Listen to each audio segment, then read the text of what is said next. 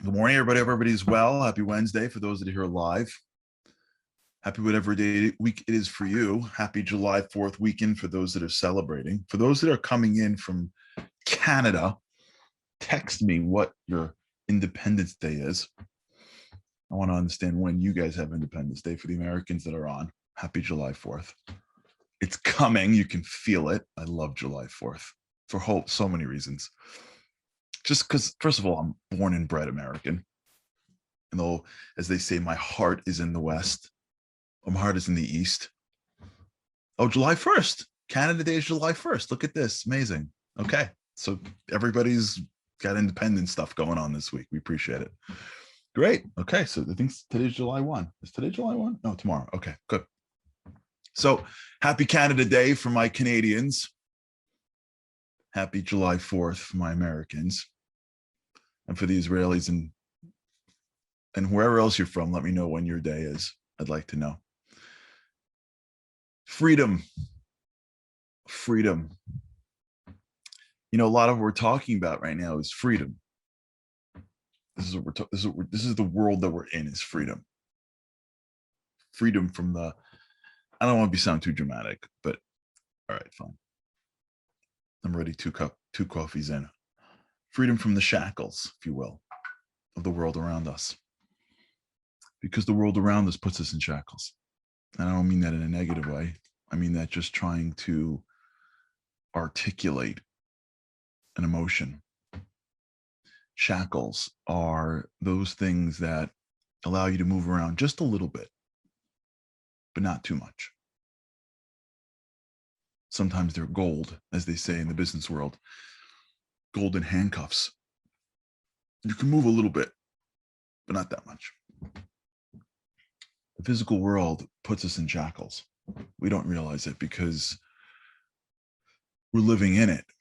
We're the fish in the fishbowl. We don't know that there's a world outside the pond.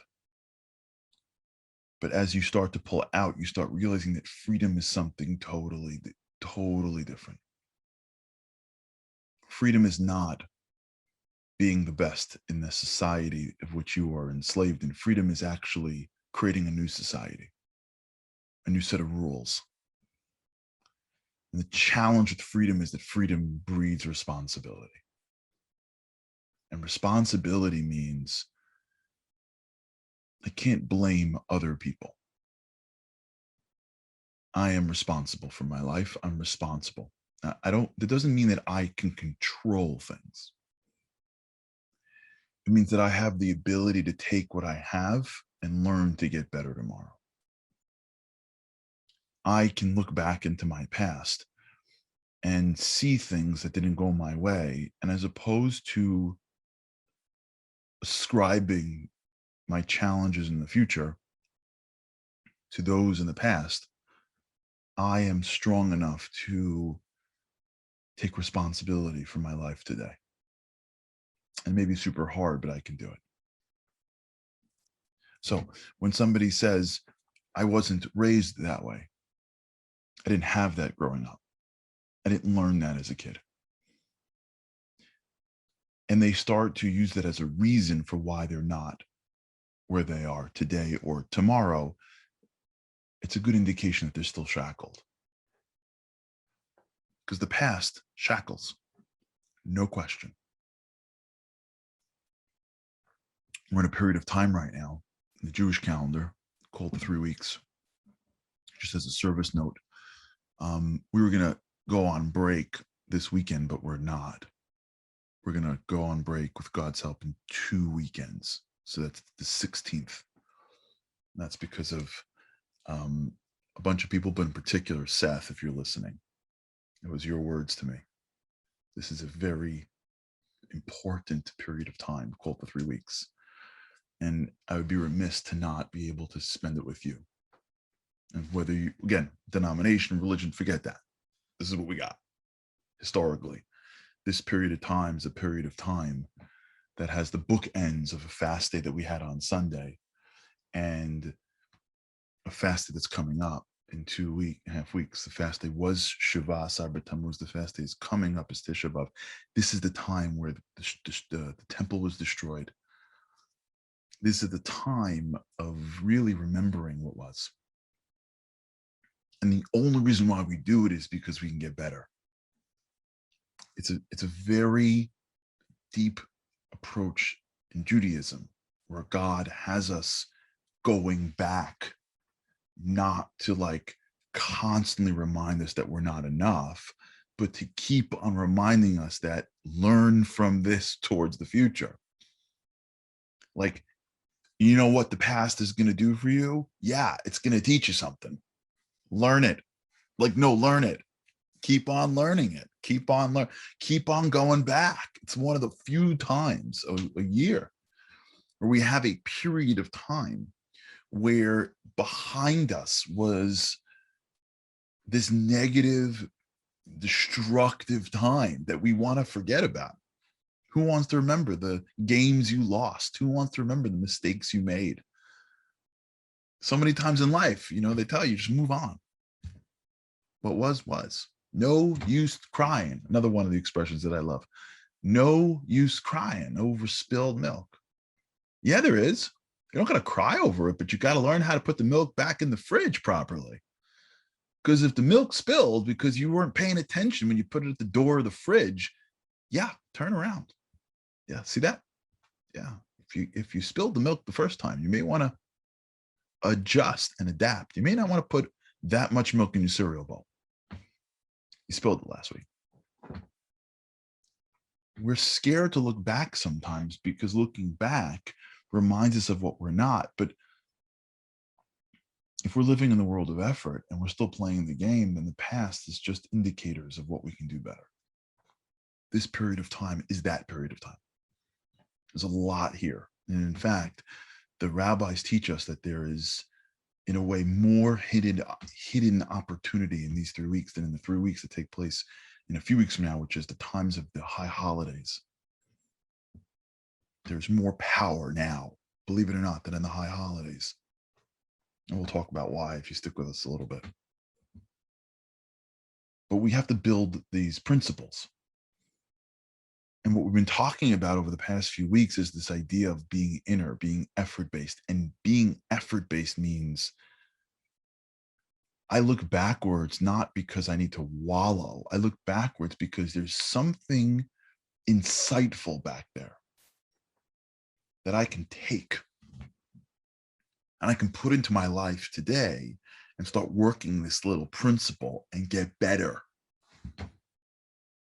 If the reason why I failed at this thing was because I was trying to juggle too much, and I always say yes to everybody, and I'm always saying yes, and then I never have time, and everything that I do seems to never be good because I'm always saying yes, well, guess what?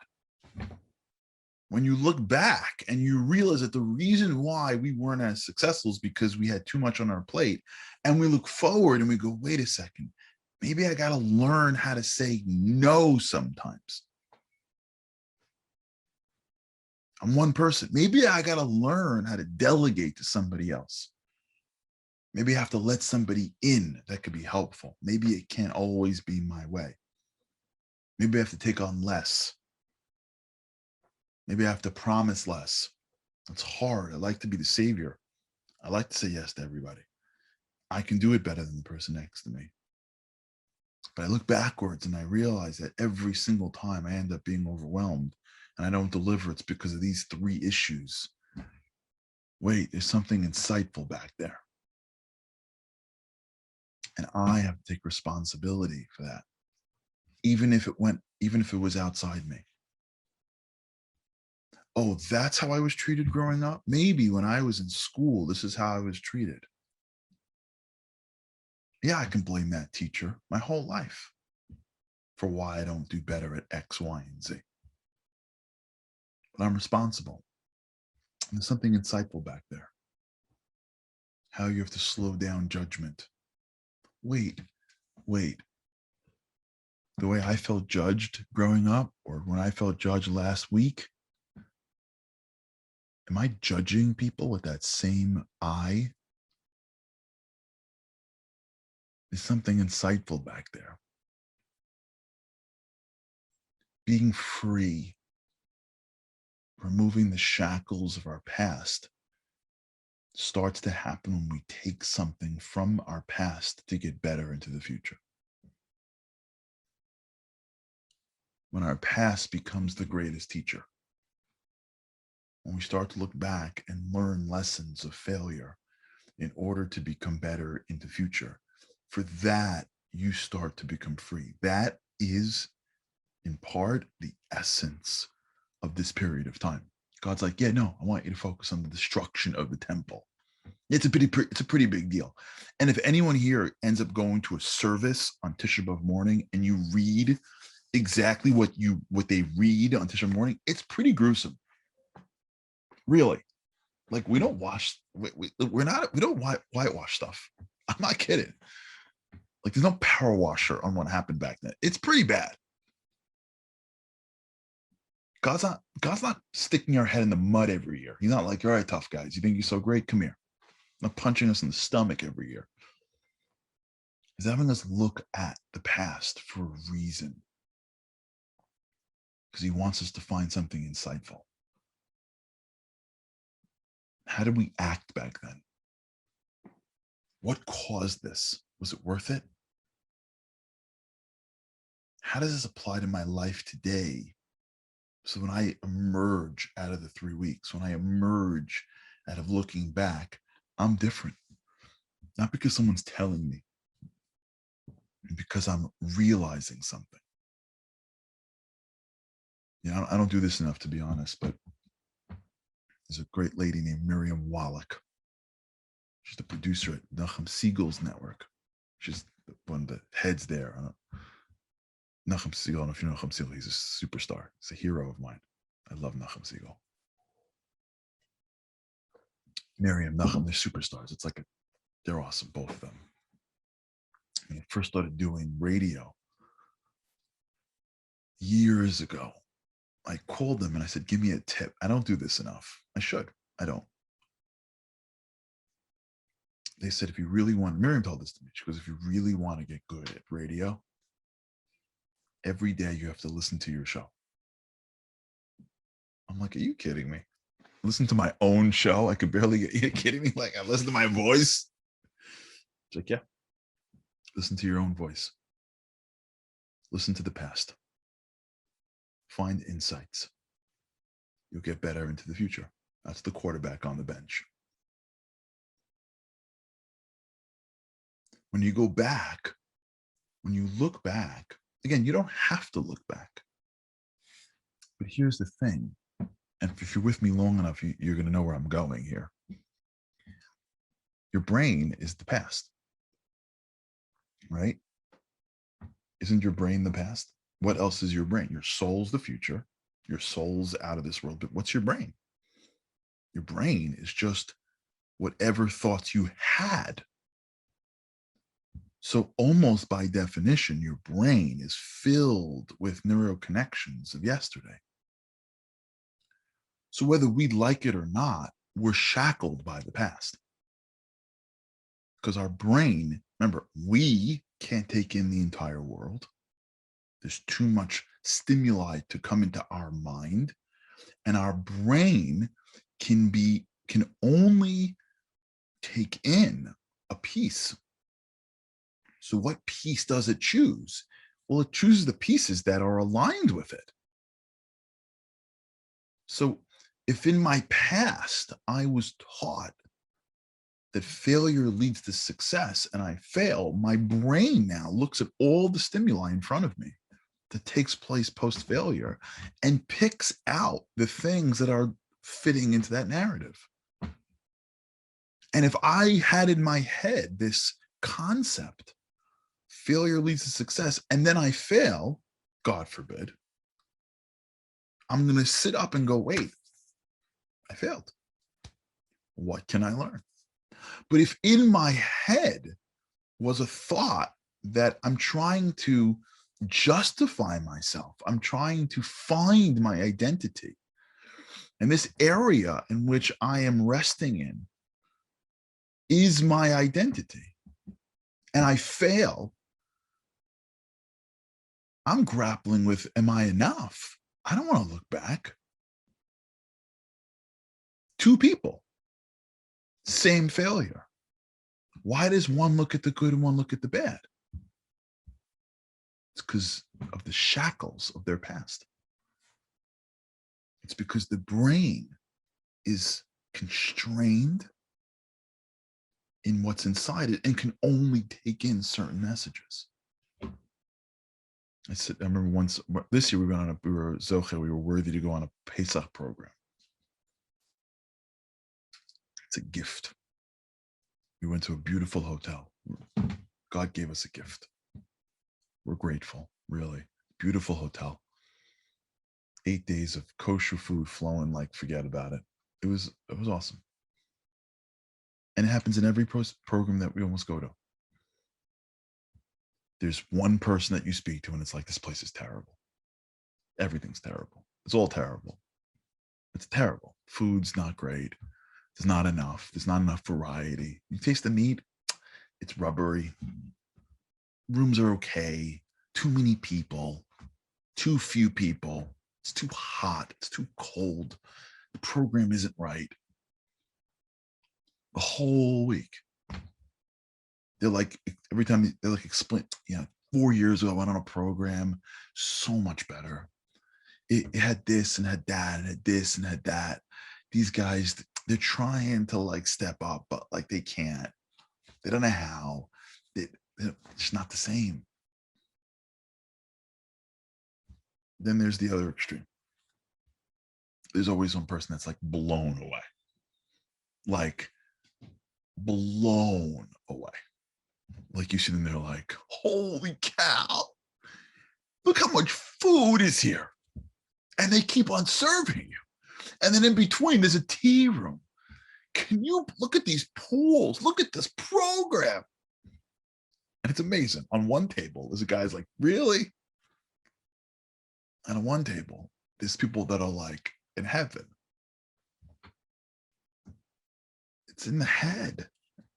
It's the shackles. It's the shackles. They're not doing it on purpose. The shackles of the past for one person has them look into the world and see certain things and feel certain things. And the shackles of somebody else, if you will, constraint. But the shackles of that person brings into this incredible focus of joy. For us to, if you will, remove these shackles of the past, which is in our minds, we need a key. And the key is responsibility. Responsibility means I can never look backwards and blame.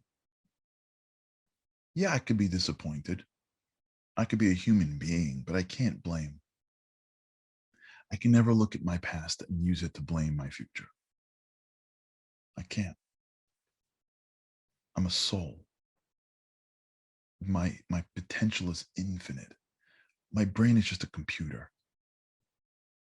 And if something happened behind me that I'm not happy about, whether I did it or was done to me, there's something I can learn so that I can start to reprogram my mind so that in the future, maybe not tomorrow in the future, maybe in a decade in the future, I will bring that light into the world. When you look at your life this way, you take full responsibility for your future. When you look at your past as being the teacher of your future, now you step out of that shackle. Now you're living in the next world. That's, I believe, why God has us go through what he goes through. He goes, look back for 3 weeks because I need you to look back at that thing. No, look. No. I know. Look. Not comfortable. I know. Oh, it's going to get less comfortable, God says. You're going to fast for 25 hours in the summer. Yeah. You think the 3 weeks are hard? Wait for the climax, my friend. Yeah. Wait for 2:00, 92 degrees in August. And you've got 9 hours left, 7 hours. Yeah, it's uncomfortable. Good. You could be a little uncomfortable. You'll be fine. You ate more calories going into this fast than you needed for the month. Don't worry about it. You're gonna be fine. Look at the destruction. Look at it and tell me what you see. And what he's waiting for, I believe, is someone to say, yeah, I see a lot of stuff that we can do better tomorrow.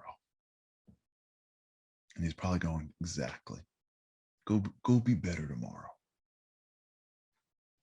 When we think this way, when we talk this way, when we see ourselves as in the game, when we start to get excited about learning the stuff that went wrong so that we can put it into our new way of seeing the world and approaching it and putting it out, when we start to look back and see the failures as insights to the future, now we start becoming free. We're free from the shackles of disappointment and of failure and all that guilt stuff that we just carry with. I'm not enough. I'm not enough. It's not enough. Come on. Come on. We're not enough. We're pieces of God. No, literally. No, literally. We're a piece of we're not enough. Why? Because some environment that we grew up in didn't fit exactly in how we were. We're plenty. We look back and say, there's some insights back there. We take responsibility for putting that into practice in the future. That's the beginning of freedom. All right. Happy Canada Day tomorrow. Happy July 4th. Happy whatever day you're in. Freedom, my friends. Let freedom ring. Let freedom ring here inside us. Okay. Have an awesome day. With God's help, I cannot wait to see you again tomorrow. Have a great day.